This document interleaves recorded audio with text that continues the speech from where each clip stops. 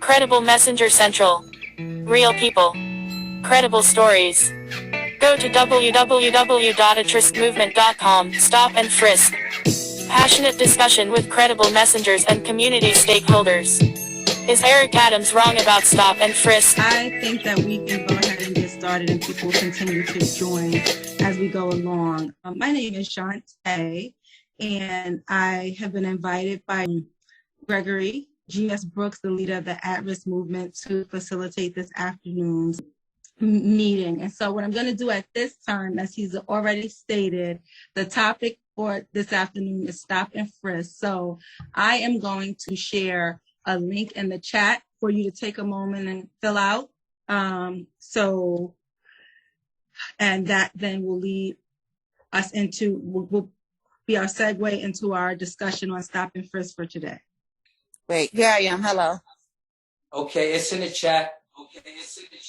Everything is. Oh, you look familiar too.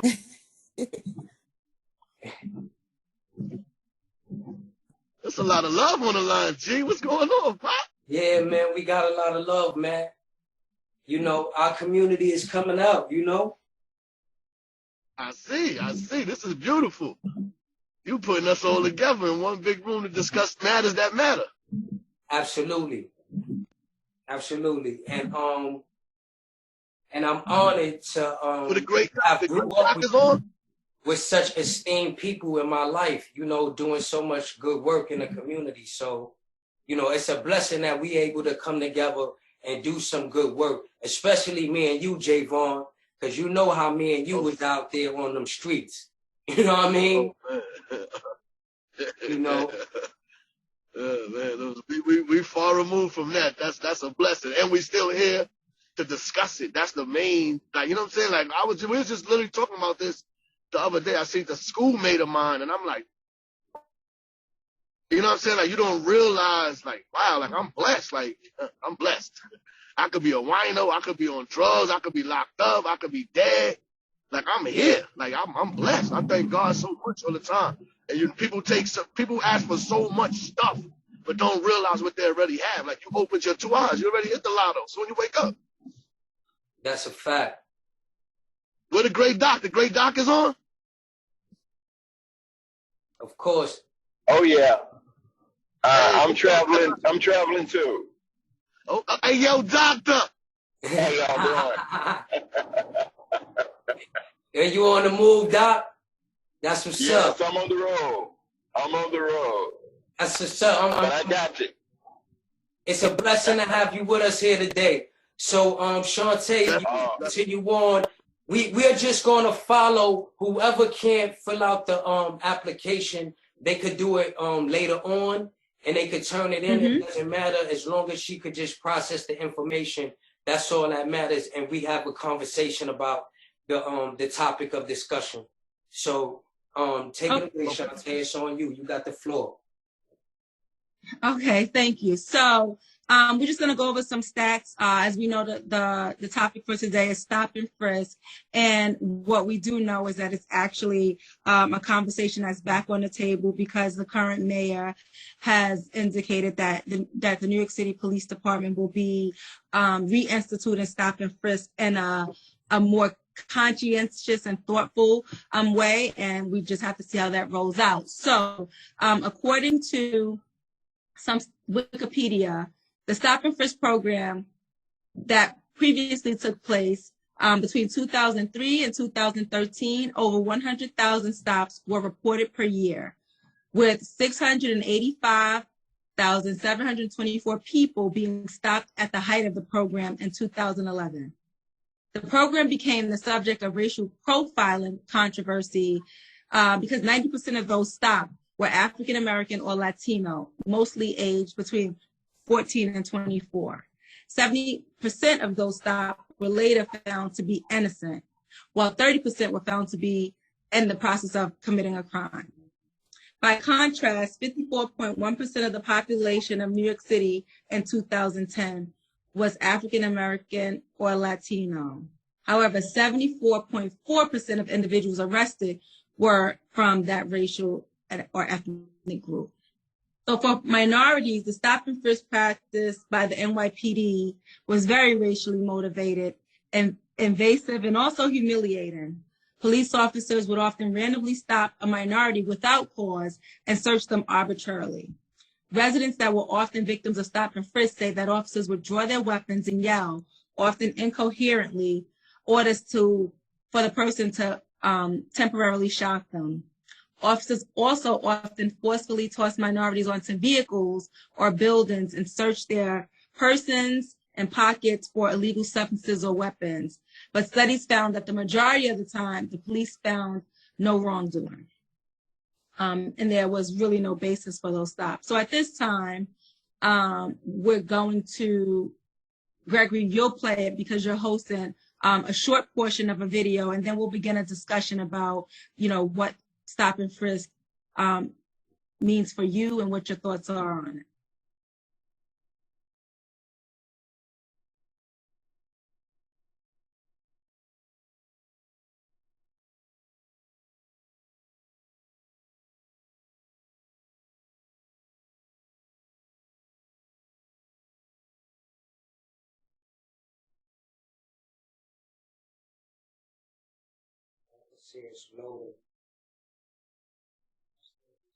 For millions of Americans, the sight of a policeman instills a sense of calm, faith that order is being kept, that the good guys are watching.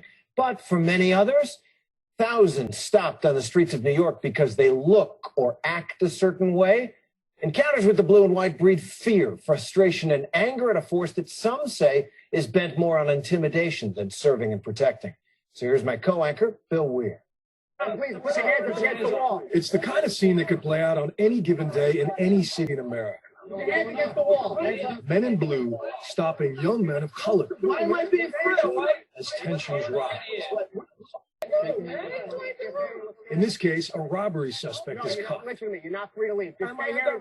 Turn around. What am I being arrested for? I didn't do anything wrong. The others released, and the cops managed to keep it by the book. I understand you're upset, but I'm sorry for the inconvenience. But this scene is just pretend. It is an NYPD training drill to reinforce a proper way to do what is known as a 250, that controversial tactic designed to stop crime before it happens. Controversial because critics say 250s rarely happen with this much courtesy and this much probable cause. They say the NYPD stops and frisks way too many innocent men of color for no good reason. He was holding me, he's going through your pockets, going up, down. You want to go to jail? For what? Shut your mouth, kid. What am I getting arrested for? Shut your mouth. What am I getting arrested for? For being a mutt, you know? That's a law, being a mutt. He's going through my sweater.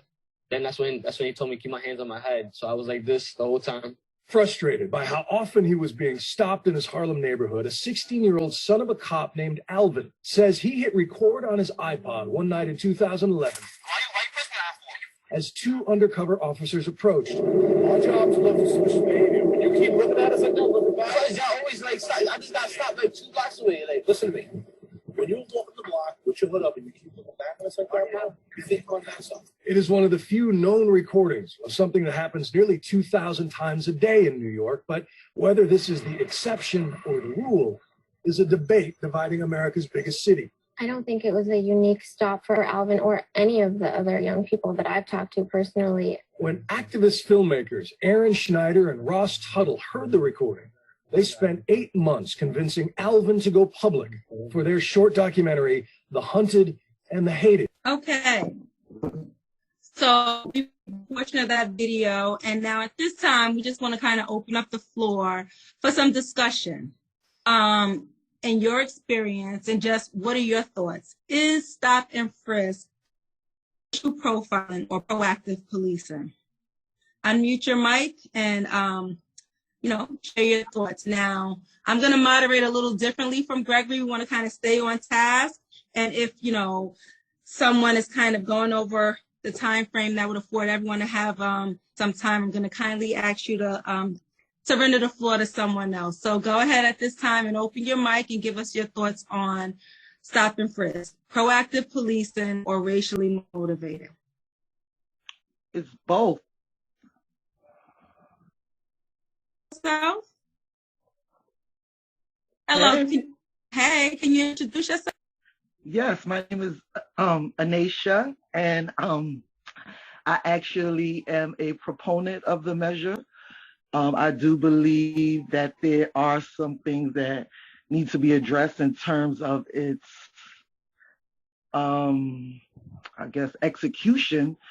But the idea of it is that I'm not against it totally. And the reason that I say both is because, yes, it is racial profiling, but at the same time, it is our men of color who are putting themselves in position to be stopped and frisked. So it's almost as if, to me, I use the analogy of like throwing bricks at the precinct. So you know that there's this measure, you know that there's this mindset, and instead of you operating in opposition to the behavior that would put you in that position, you do the things that put you in position to experience it. So that's why I say it is both, but I believe that you have more control over whether or not it affects you than you may believe. Okay, do we have anybody else who has some other thoughts or would like to respond to that? Emo Cage, get out. I disagree. Hello, good evening, good afternoon, should I say. I'm Professor Sanchez, and I disagree. I think that people like myself are being profiled, not because I can't avoid it. It depends on what time of the day it is, I guess what I'm wearing, even though I think I look fly all the time. And just kidding. And it just depends where you are and who's patrolling the neighborhood. I've been stopped and frisked plenty of times. Not recently. It's probably been maybe like 5 years that I haven't been stopped and frisked. But there was a time in the early 2000s and the late 2000s, and even in the early 2000 and somethings, 2000 and teens. I was getting stopped and frisked, and it's not just stopped and frisked; it's getting pulled over in the car, and just questioned, or it's just questions. You're running around the neighborhood, you're gonna get pulled over if you go through there 4 or 5 times and you're just running around, trying to get a slice of pizza or trying to pick somebody up or trying to jump into the supermarket. The cops are just watching you, and if they want to pick on you, they pick on you. Can I ask you a question, though? Sure. Do you know men of color, though, who do participate in the activities that warrant stop and frisk? Do you know, like, the majority of the people who may, let's say, if there was I use this term loosely, okay, who warrant stop and frisk, what is the ethnic background of the majority of those people? So basically what I'm saying is that, so I agree with you, but it isn't, I don't think it's that you're only the police's fault alone. If the majority of the people, or if a good portion of a people are engaging in behaviors that warrant it, it kind of ends itself on the slippery slope of saying, okay, well, just because this one bad apple did that, I shouldn't be blamed. And I agree. But when there's so many bad apples, it's like, why not address the bad applehood? Like, why not say to the young men, like, hey, your behavior is giving me a bad rep. You see what I mean? So as opposed to saying, I'm not saying that the police should not be held accountable, and I'm not saying that there aren't some specific people who go out and target. I don't say that at all. I do not say that. But my thing is if you already know something exists, the smartest thing would be to go counterproductive to that, so that in the event, if you are approached or something happens where it's, you now are in a position of power because you were right. You see what I mean? Because not only were you right now, but you've been consistently on the right side. Nay, I think that we have someone else who has some thoughts that they'd like to offer. Asim, did you want to contribute? I see you opened your mic. No, I was just saying, it's been a normal thing for me my whole life. And if you come from where I come from, it became regular. It is regular. And yes, I do know people who needs to be stopped and frisked. We all do. You know? It's like even when you on a train, when I'm on a train or something, it's almost like I'm a superhero because the police ain't there. You see women about to be, being bothered or whatever, That's the only reason I see stop and frisk necessary for those type people. But he's right. Some people use it wrong and target us in different ways. But it's definitely needed. It's needed in these areas. So if I'm trying to sum up with what I'm hearing, and perhaps you could all chime in. You have something to say? Go. Yeah, I mean, I have. What you talking? I'm talking to me. All right, go ahead, Jay. Gregory was gonna go first, and then you, Jay.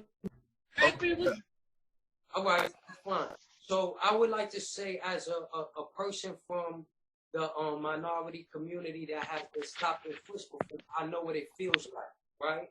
I know what it feels like to feel like a suspect. I know what it feels like to have those eyes on me that look real hostile, like they ready to attack me and they ready to kill me. You know what I mean? Just because I'm black, right? Not because I'm doing anything wrong, but just because I'm going from one place to another. D-boys done ran up. We call them TNT. You know what I mean? We call them jump out boys. We got a lot of different names for them. But at the end of the day, what they was doing was they was terrorizing us, right? For the few people that they were, that was doing things in the community like myself, I was the minority. The vast majority of the Black and Latino community doesn't commit crime. It's only a small minority, but we are a loud minority, right? But at the end of the day, should a whole people be held accountable for what a few minorities are doing, right? Should the police, this is police enforcement. This is government, right? So that's all right, Gregory. Let's hear from Javon. All right. Oh my gosh, you giving people the Grammys music? Cut them off? Please, I hope I get another opportunity because I have to address, like I said something and everyone's addressing me and I want to address them too. Because as a Black woman, I fear what you fear, Gregory. But guess what? I fear that from Black men. Nay, you're going to have a chance. Nay, you will have a chance. But they're addressing me. All right. But they... let me, I'm going to say this, right? Is stop and frisk necessary? Absolutely. The question is, how do we make it fair, right? It's about making it fair. It's not about, is it necessary? We know it's necessary.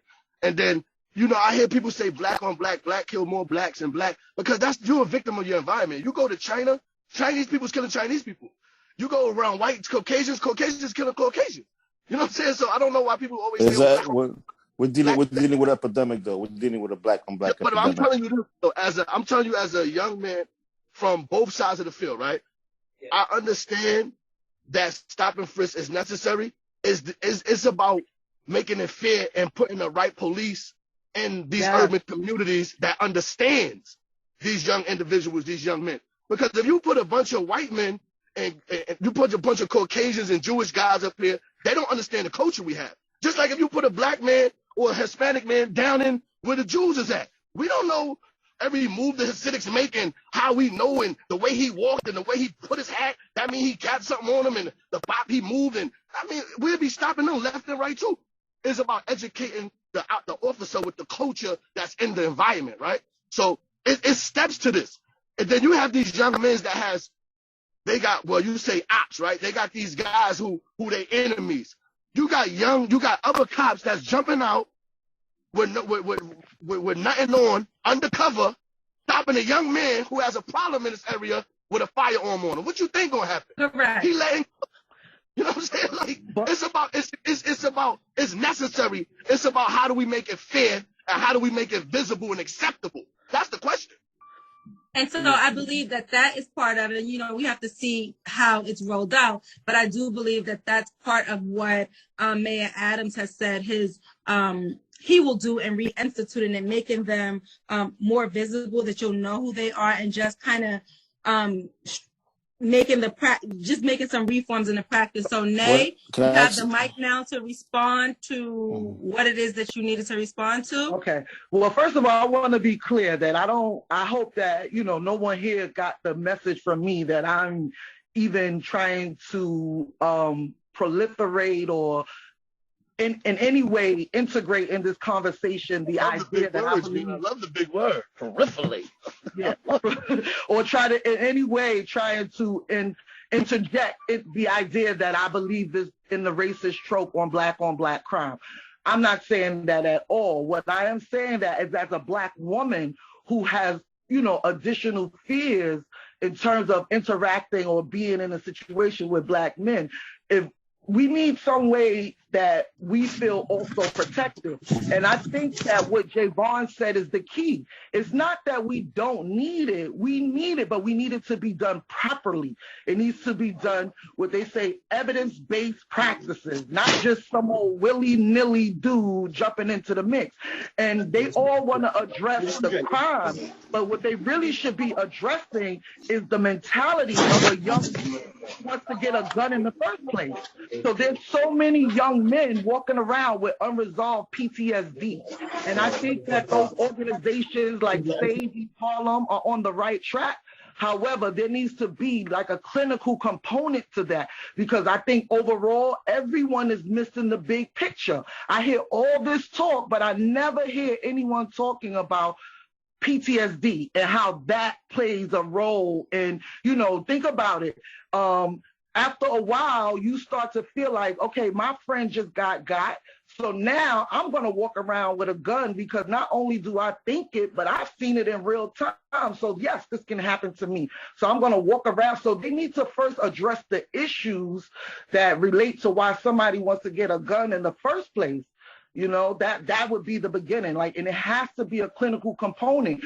For me, I feel like it's all of these people who are going out into the street and saying, hey, I used to do this, I used to do that. And I'm telling you that that's not the way. And that's one aspect of it. But you got to add some books to that. Okay. All right. So, Nay, I think, I thank you for your contributions. And I think that you have segued into another topic that is very important and a very essential part of this ongoing dialogue. So what we will do is ask that you hold that thought, and we will have a full discussion on that at a later meeting, where I hope that you will bring all these thoughts and ideas to that meeting. Is there anybody else who wanted to say anything? I just kind of wanted to move on and talk about stop and frisk in relation to the war on drugs, and if we want to bring that up to more present times and what we're looking at, how this is going to be used to kind of address some of the become the new war on what we see in our communities in terms of this escalation of violence. So stop and frisk was implemented as part of New York City's policing policy following this war on drugs. The drug war produced a culture of police openly targeting many of our minority communities and engaging in inappropriate practices. Officers were kind of given a license to engage in what was considered illegal behavior because drugs in our communities were out of control. And so as you saw in the video, and some of our participants on the meeting have shared, that the way in which, they've been treated during some of these stops has been not very appropriately. So before we continue, I did not see it, but my understanding is that Dr. Woodard had something that he wanted to contribute. So at this time, open your mic and please. Yes, my opinion is that the stop and frisk is racial profiling. And we can look at the data and it supports that versus evidence that's been picked up as a result of the stop and frisk.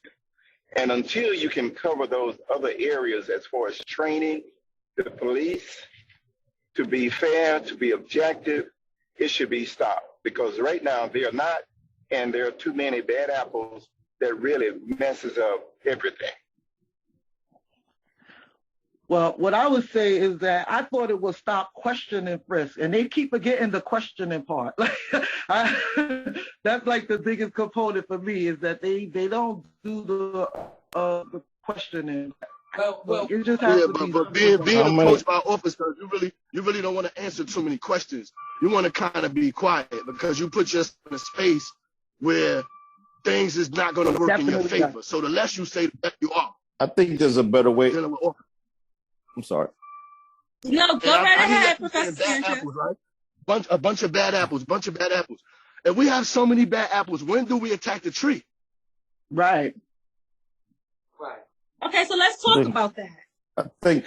Well, could I just share one thought? Sure. I'll make it quick. I think the stop and frisk is a bad strategy because it's all based on generalization. It's all based on stereotypes. And what are the chances that if you stop and frisk 100 people, how many of those people actually have illegal things on them? It's and then on top of that, the people that don't have anything on them, like me, I feel like I'm against the police officers because they're taking up my time. They're invading my space. They're invading my bags. They want to look at my car. If you tell them that you can't look in the car, it's a problem. If you tell them to look in the car, they might plant something and say you had a gun and then take you to jail for something that you didn't even have. And there has to be a better, as far as professional policing goes, there has to be a better way that the law enforcement agencies could do this, because it's just like trying to catch a fish by throwing a net in the river and just trying to scoop it up. It doesn't make no sense. And if you guys are professional NYPD law enforcement people that are trying to find guns, it's a ridiculous strategy. I personally think, and we know this already. Like, this is not the first time they're presenting. We know this already.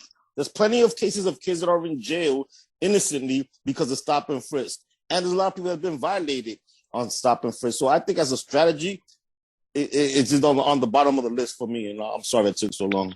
No, it's okay. But I just kind of have a question. Can you really talk about stop and frisk without talking about the broken windows theory? Because isn't hold on for a second. I would like to ask something. Stop and frisk. For minorities to agree with stop and frisk, it would be like setting Black people back, decades, right? In this country, Black people have experienced being targeted and criminalized, right? In this country, after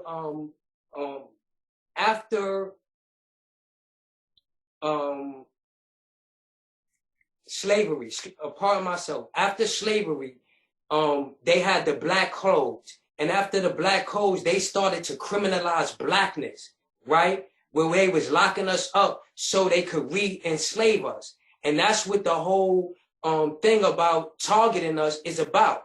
You target us to re-enslave us, to put us back into slavery, which is the prison industrial complex. So now I don't think that supporting any policy that targets a people is a good idea for or good police work at all.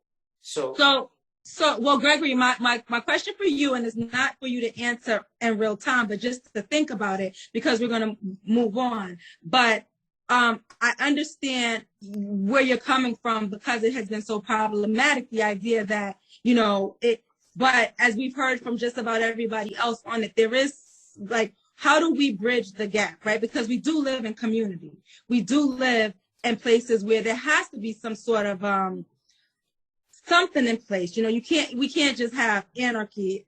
And so then what, right? And so, but going back to Dr. Woodard's point about properly training up officers, is that just it? Is it training, or are these things that are so historically and, just ingrained in people that it's not about training, right? So moving away from stop and frisk, we also saw a video from last week of just some teenagers having a fight in a mall and what the police response was to that.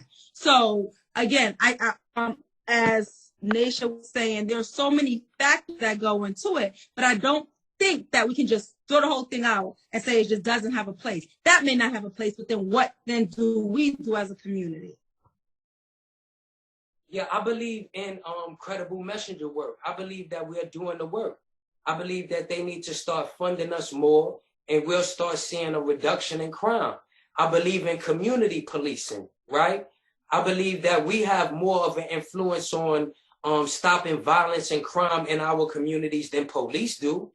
You know what I mean? Some of the youth that is involved in some of this crime, we might have like real relationships with them where we could be like, yo, chill, stop. Now we ain't doing that, right? Because they know and respect us, right? But policing has never worked in our community, right? But I'll let you continue on. I know there's a lot of different thoughts and beliefs on the matter.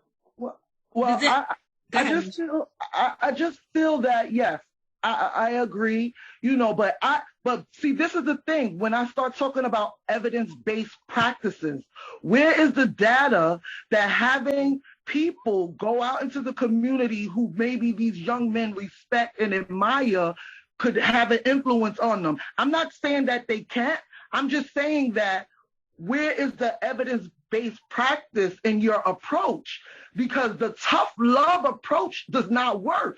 You are talking about a generation like you are like I saw something the other day and it read something like we are expecting these young people to operate from a book that nobody reads anymore. So this street code where it's like, oh, respect the OG, that's no longer there. So we have to operate in the parameters of that, right? So when we go out there, we have to go out there with a plan, not just to say, hey, look at me, because in all reality, that in my mind, because I'm part of an organization that we were probably the first group of people. Between the 10 of us, we had over 200 plus years of incarceration time together.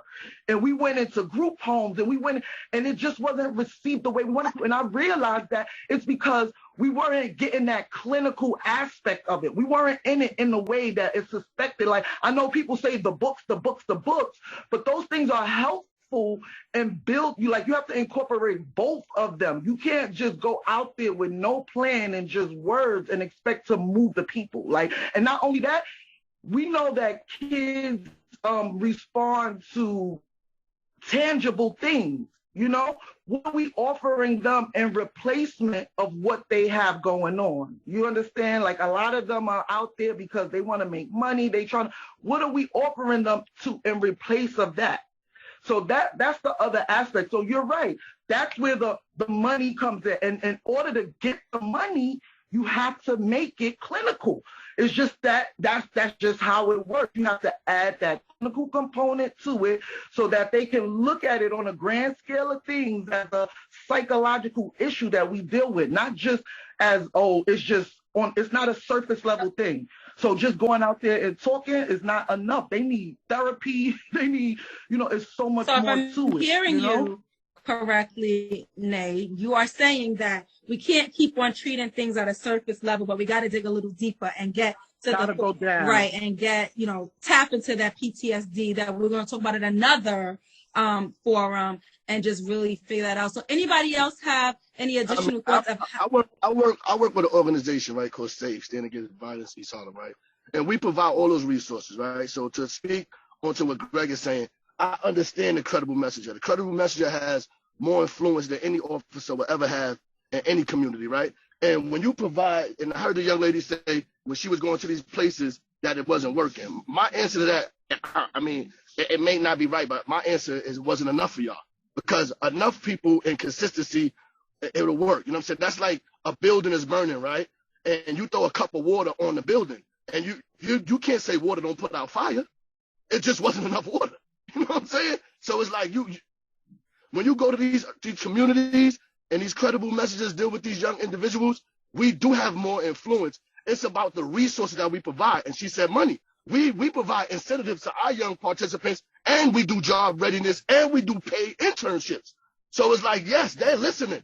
They want to be a part of this because every Friday they're getting $200-$300. So I have them participating in things because money and food is going to always make a young person. You know what I'm saying? Like, you got to provide some type of food and you got to provide some type of currency. Like, that's just mandatory because nobody's putting nothing down, standing on the block, empty-handed, looking stupid if you don't provide the right resources, right? Yes. Absolutely. Dr. Sanchez, you wanted to say something? Yes. I'm trying to stay focused on the stop and frisk, because we could get into this whole, crime prevention and gun violence prevention and intervention strategies. I don't think we want to do that here. I think what we're talking about is stop and frisk, and I think it's a very lazy approach to identifying crime in the neighborhood. That's the only interaction that the police have with us. That's number one. So we got to define the police department again. Like, what's your role? Your role is to come and stop and frisk me to try to prevent crime from happening. Like, that doesn't work.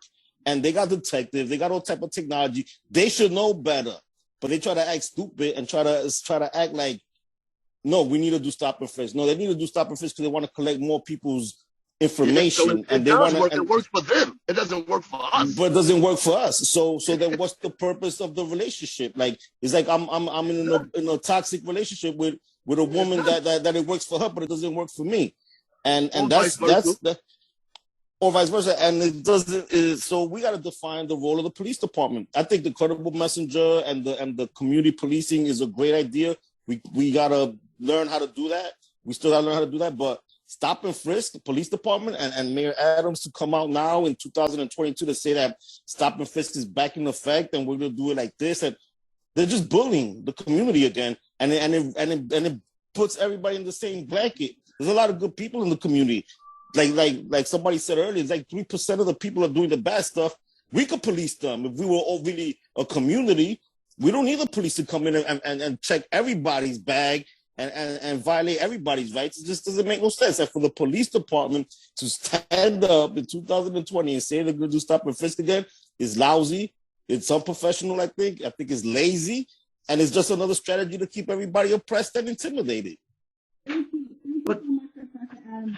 At this time, I would ask that you play Eric Adams' video addressing stop and frisk, and then that will lead us into the last portion of this discussion.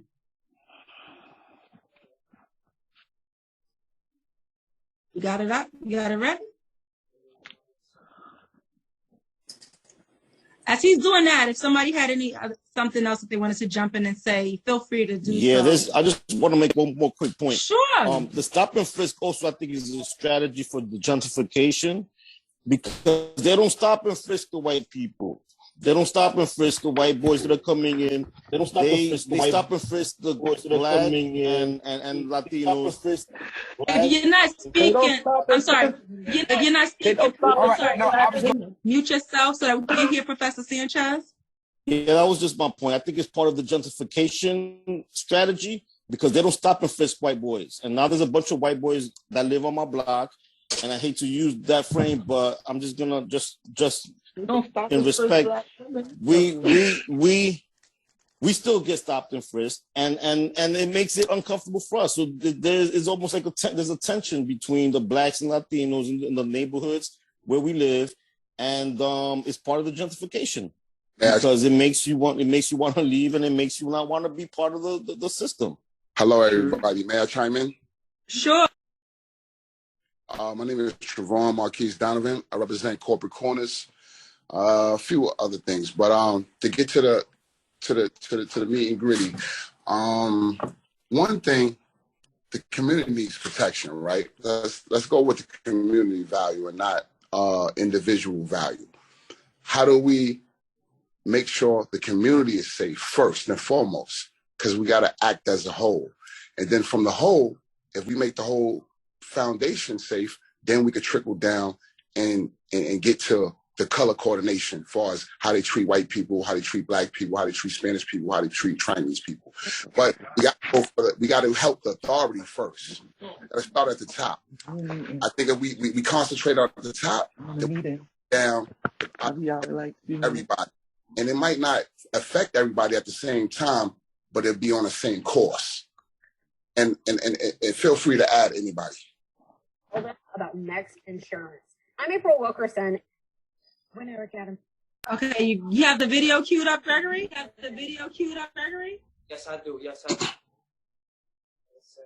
Go ahead.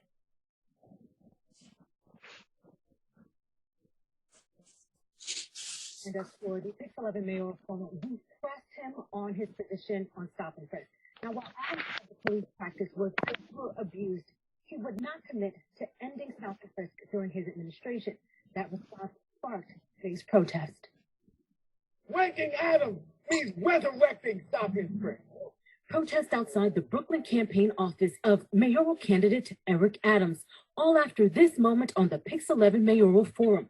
We asked Adams if he becomes our next mayor, will the NYPD employ stop and frisk? My police officers, if there's believe there's a crime, they're going to stop, they're going to question people. That's it. To stop without reasonable suspicion is unconstitutional. It violates the Fourth Amendment. Stop and frisk is a police practice where officers temporarily detain, question, and sometimes search people on the street. During its height in 2011, the New York Civil Liberties Union found 685,000 people were stopped that year.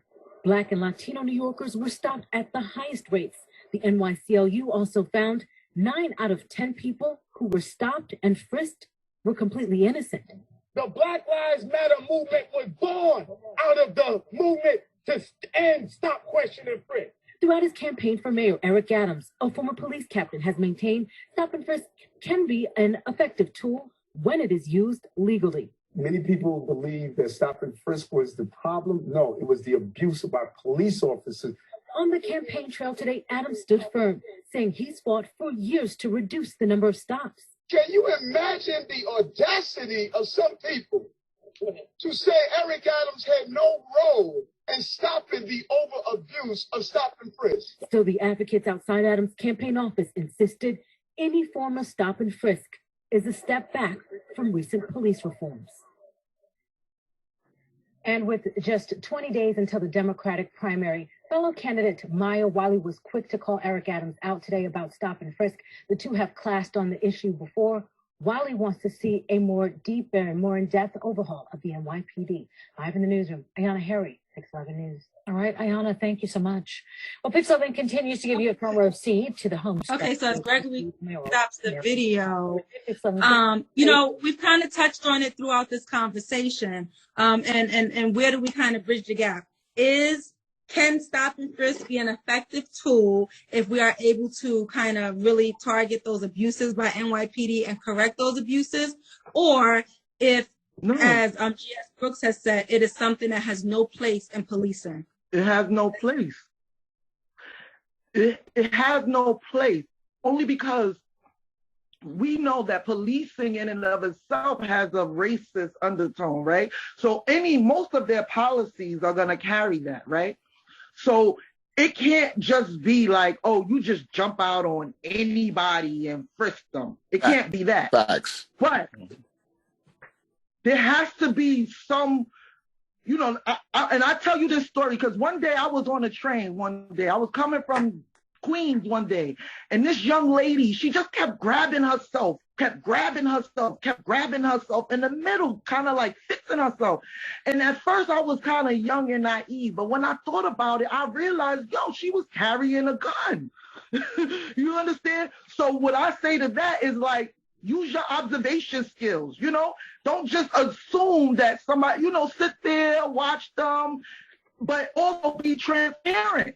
You understand? Transparency. I'm not saying 100% like, oh, you know, but that any policy the police implement is going to be with a racist undertone because the whole idea of policing was racist. So we can't get away from Dr. That's Woodard. not good. That's not good. So we'll hear from Dr. Woodard and then Professor Sanchez. Yes. The data shows, they just said 9 out of 10 innocent. Leave it, do something different. That's what I say. Thank you. Nation, not your turn. It's Professor Sanchez's turn, then your turn. Yes, thank you. I just want to say that I think it does more harm than good, and the harm is to the community. It may work for the police department, but the police department is not the community. The police department is serving the community, and stop and frisk does more harm than good. We lose trust. We don't like to be stopped and frisked. It's like a mini arrest. You don't know if you're going to get arrested. You don't know if you're going to get to work. You don't know if the police department is going to do something stupid. It does more harm than good. Well, and I hear you all, and I get that you all are speaking from the perspective of Black men and men of color, and I respect your opinion.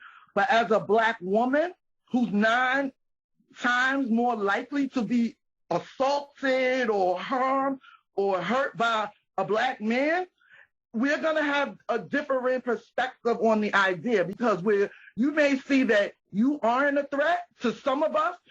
The most innocuous person for us has been a threat. I sit here speaking to you with a flash across my face of 50 stitches recently to tell you that it's a little different when you operating from the perspective of the person who is more likely to be victimized by these same group of men or group of people that you're trying to protect. So you have to, I mean, in the interim, I ask you men, what if you knew that stop and frisk made Black women feel safer? What would your response be to that then? I think the problem has been taken away from the community. I think the problem is that the rights of the people has been taken away from the community, because in a situation like that, that would never happen in our community if we was around. You know, nobody would be slashing your face, you know what I'm saying, if we was around. I disagree. Oh, really? Like, see, my thing is this. It's gonna sound crazy, but they done locked up all the big time drug dealers, man. And it's crazy for me to say that, but back in the days, like G is saying, you had 1 or 2 guys that hold down the whole block and everybody follow his lead. So whatever I say was law. You know what I'm saying? Whatever G said was law. Whatever Raw said was law, because that's the type of environment we had around us. So he's saying to his point, back in the days in our community, you wouldn't got sliced in your face. And if you would have got sliced in your face in our community, then you already know what would have happened, especially coming from G. You know what I'm saying? I can testify. That's not true. That's not true, Dave. Not true. I can't agree with you with that, because I'm telling you from my perspective, and like you said, it's your perspective. I don't know if I got cut in the street or you got cut in jail, or I'm not sure. But I know in our community that wouldn't have happened to you. And I grew up there getting beat up by boys all the time. Let's bring it back. But you grew up in our community though? You don't know who she is? That's Naisha. No, who's that? Naisha. I can't see nobody. She's not on. You know who she is? It's Naisha. It's Shaq's sister. Oh, this Nate Boogie. Oh, this Naisha. This Nate Boogie. Yeah, no wonder. But Nate Boogie was part of the problem too. You know what it is. Yo, what organization? You know what it is. What organization? Yeah. With my job, I work for the City University of New York. I was the site supervisor of I don't know if you're aware of the Choices program. So I have a lot of experience working. Stop. Okay. But why though? Wait, Naisha, hold on. Gregory, you and Naisha have taken this off topic. You can follow up with what she's doing offline, get her email address or phone number. But let's wrap up our conversation about Chris. So I'm hearing a lot of thoughts, right? But a lot of it is kind of consistent. We all agree that we have some real concerns and problems in our community that we need to be addressing, be it as a community. Like, bring back that. What can we do? Bring back Tenant Patrol in every neighborhood and newspapers. Give people responsibilities. I think this I got movement. I love everybody. Doctor, I love to meet you in person. Love you. All right. Thank you. And love everybody, guys. We got to do this. We got to be on to something. We on this. We got to be on to something. That's the point I was going to make. This movement is a beginning. It's a beginning. And we need to pursue it and work with our youth. The retreat idea was a great one. It helps them to work together individually to deal with some of their individual issues, personal issues that can help them be more confident and feel better about themselves and feel better about their lives. And the other part is also bringing resources to these communities that can help do job training, vocational schooling, education, job opportunities, so that when we bring them up, they have a place to go to. We can't train them and they don't have a place to send them. Right. So we want to have a place for them. Absolutely. Very good. Very good. Professor Agree with Sanchez, you, did you Doc. have I some? agree with you. Javon, go ahead. No, I agree with Doc.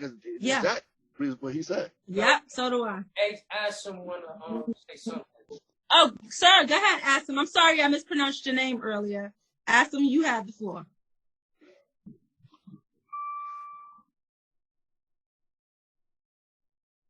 You gotta unmute. He appears to be frozen. Did you have, Professor Sanchez, you have the mic open, and then after that, Gregory, I'll give you the final words, and thank you all for allowing me to facilitate today. Yes, thank you. I'll keep it real short. Again, I think it does more harm than good. I think the police department takes advantage of the fact that they hire people that are culturally incompetent. If they knew the culture and they knew how to do their job, I would train the police department in the way the police department would work. And I think it has a lot to do with training, but it also has a lot to do with just the approach and the attitude and the audacity and the authority of thinking that they're more powerful than the people that they're serving. And I'll leave it at that. Okay, well, I wanted to say. Thank you. That's very good. I dropped that into the chat. Thank you. I wanted to say something. I wanted to say that 70% of the stop and frisk, they turn out to have nothing, right? So 70% of the people that the police stop and harass, you know, That's a lot, yo. That's a lot.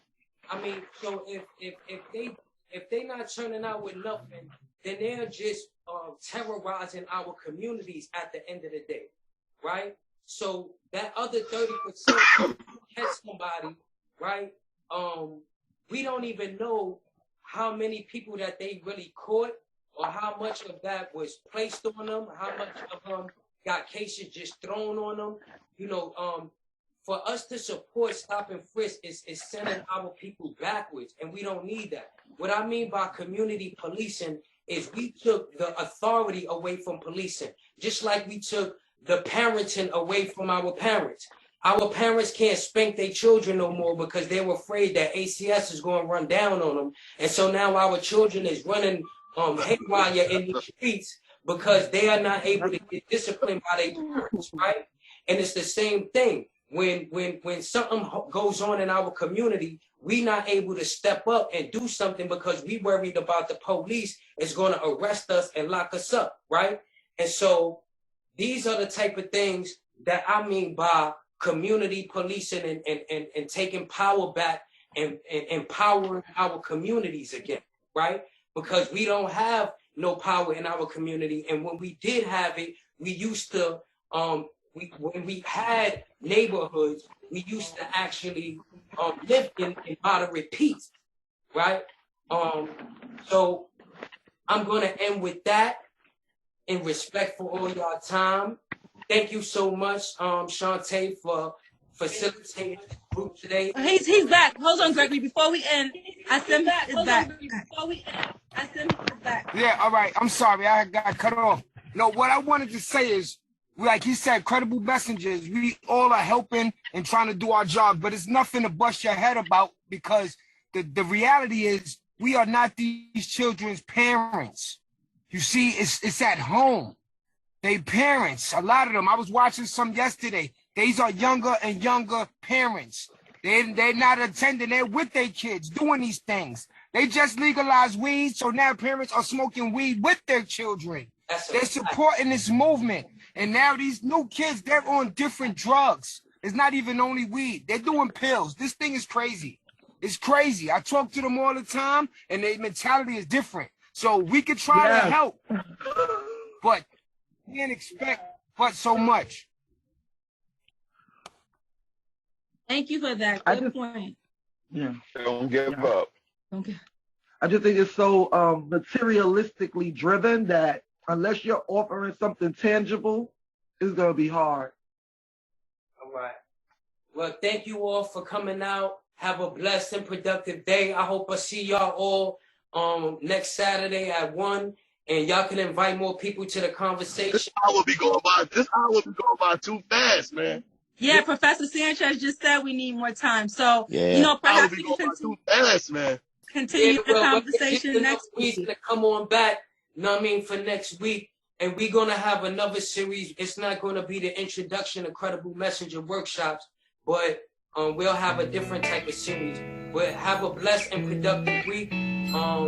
Be safe out there. Likewise. Thank you. Take care, everybody. Peace. Thank you. Thank you for everything. Peace.